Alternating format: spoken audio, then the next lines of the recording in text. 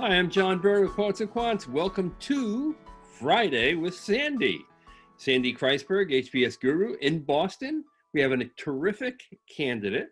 He's currently in Dallas, but originally from Pakistan.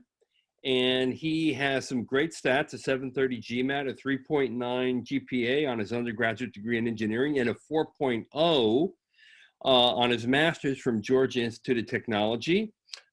He's looking forward to going to Columbia or Harvard or a school in that category. Let's hear about him. Hi, everybody.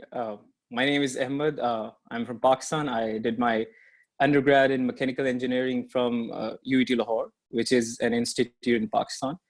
I went on to work for Agro Fertilizers, which is the largest conglomerate in Pakistan. That fertilizer site is it is the 7th largest fertilizer site in the world. I worked there for a year. Then I was very fortunate to have been awarded the Fulbright scholarship. So I came to Georgia Tech. I did my master's in mechanical engineering from Georgia Tech. Then while at Georgia Tech, I took some courses at Scheller College of Business, which is Georgia Tech's business school. Mm-hmm. And I completed the requirements for the Management of Technology certificate. I went back to Pakistan in 2017. And ever since that, I'd been working in 3 dimensions, actually. The first was I was working with Agro Fertilizers, the company that I had been working previously. I have managed some massive, cost-intensive and time-sensitive projects at Agro Fertilizers. I've been actually very young to have been given the opportunity to manage those projects. I feel like good. Yeah, so you've had a successful career there. And then one of the things, are you still working there? No, I actually left 15 days before a promotion was due because as I was mentioning, the second dimension had been my family business. So that actually grew to a scale whereby I needed to give more time to that. So I left the job and I actually went back to work with my dad.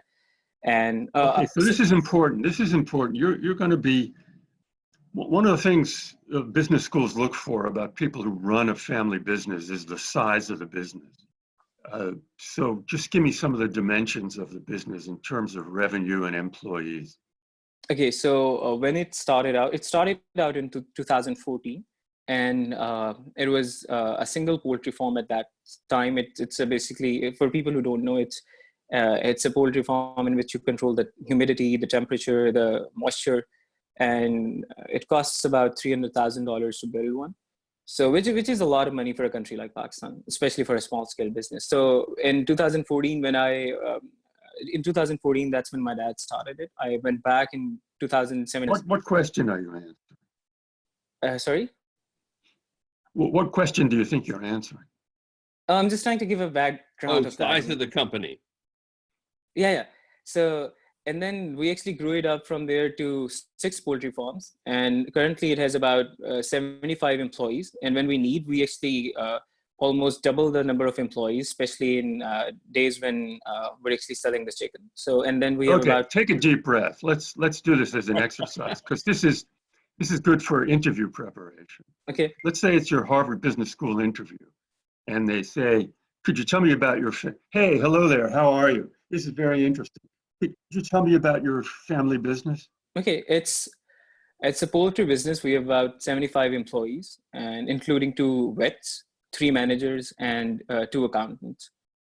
It has about Here's what you want to say. And since I've been involved, it's dramatically expanded from blank to blank. Okay. Good. Okay, let's just, sidebar interview advice. You're a very attractive and thorough guy, but you have to learn to in answering questions. Very difficult thing people have is front-ending the information. They kind of tell a lot of background stuff and lead up to it, and then we get the answer to the question 14 minutes later. Or you want to say there are 3 things that are important to blank. This way they anticipate each of the 1, 2, 3, right?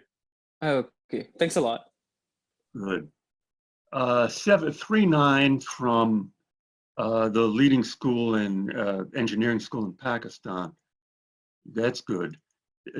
Then you get a full ride at Georgia Tech, a full ride tuition? Yeah, so I got a full ride tuition. They paid for my ticket to America, ticket back, for my laptop, Wow.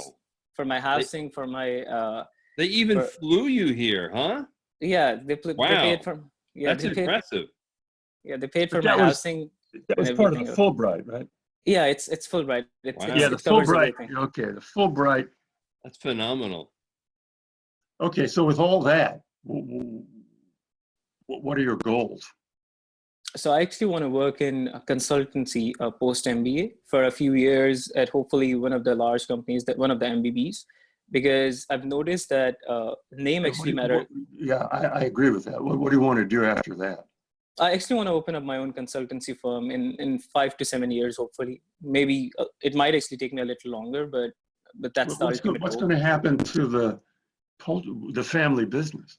So one of the reasons why I actually left my job was to bring it to a stage whereby even if I go for an MBA, I have a couple of professionals who are managing it. That's why I actually left my job early as well, because I've been giving it a full time. I've actually hired a couple of people, and I'm in the process of interviewing other people, and just uh, gearing them up, and then I can, even if I come to the US, my dad can look after it, and then we have another business partner as well, and then I can get the weekly reports from them. So what are his odds? Yeah, well, It's at Harvard. how'd you pick these schools? How come you're not applying to Harvard? I mean, I might apply to Harvard. I You just want to should. know It's not a big deal. It's an easy Good. application, and you've got a standard essay. Just say, I'd like to tell you about my goals and what the influences are.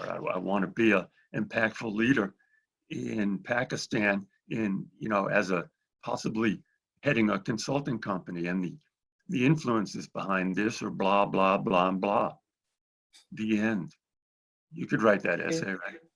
Yeah, I can. I mean, I just And wanted to know. the rest of the application is stuff you need for the other schools. So I'd apply, man. I think your chances at Harvard, guy coming from Pakistan with a 3.9 and a 730.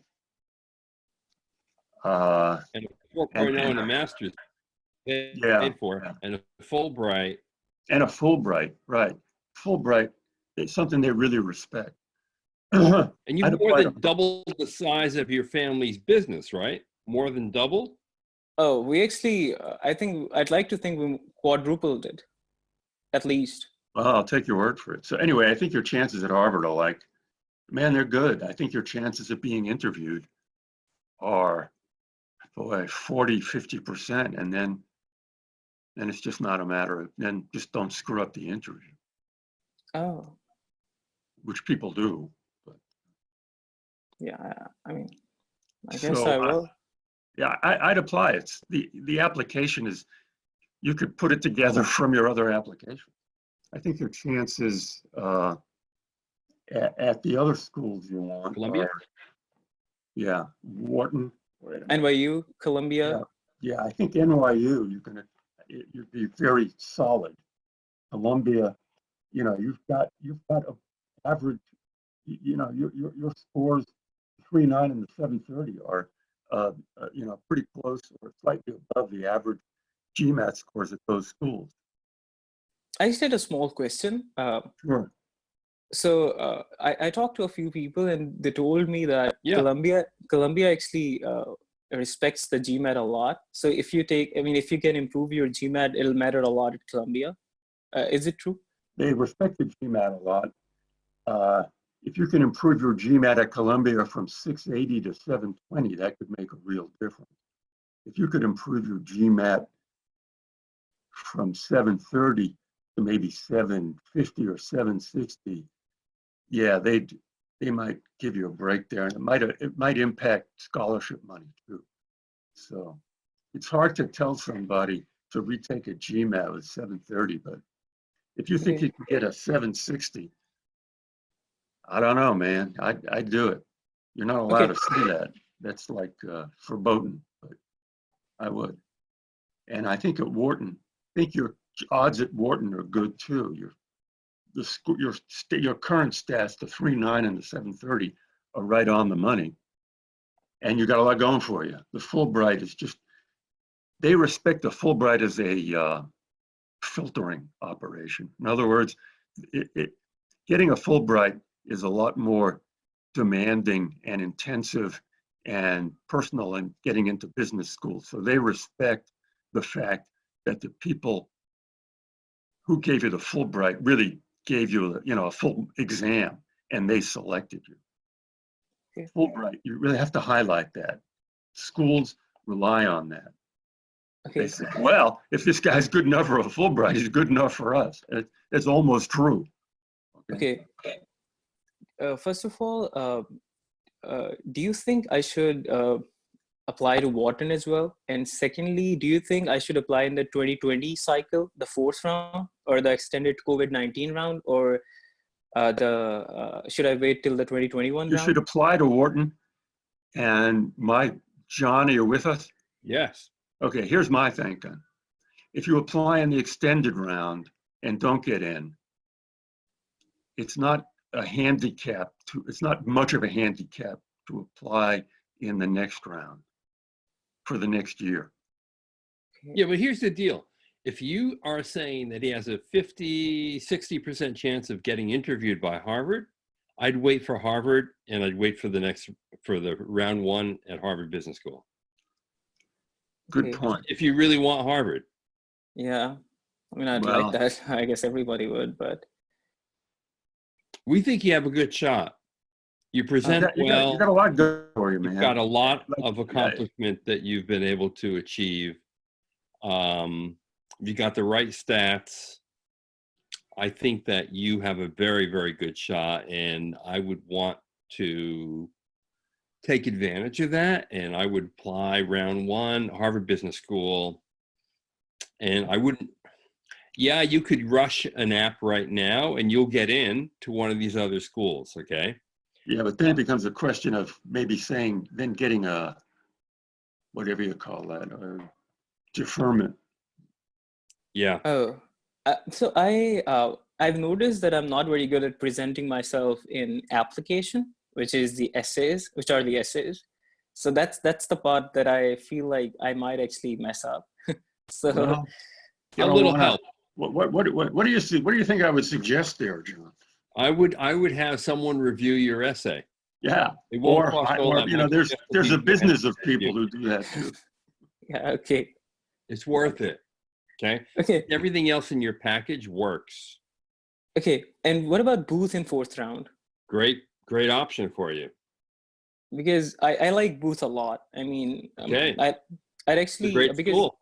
Yeah, Booth sends about, last year they sent 105 people in MBB. All right. Well, look, here, I think your big decision is, do you wait for Harvard, Stanford, and Wharton in round one of the next admission season, or do you go and take advantage of the extended round at an NYU, a Columbia, and a Chicago Booth? Because Harvard, Stanford, and Wharton have not extended their rounds, right? Yeah. So they have round threes out there, but, I'm not so sure about that. If I were you, I'd wait. Even though next year is going to be much more competitive than right now.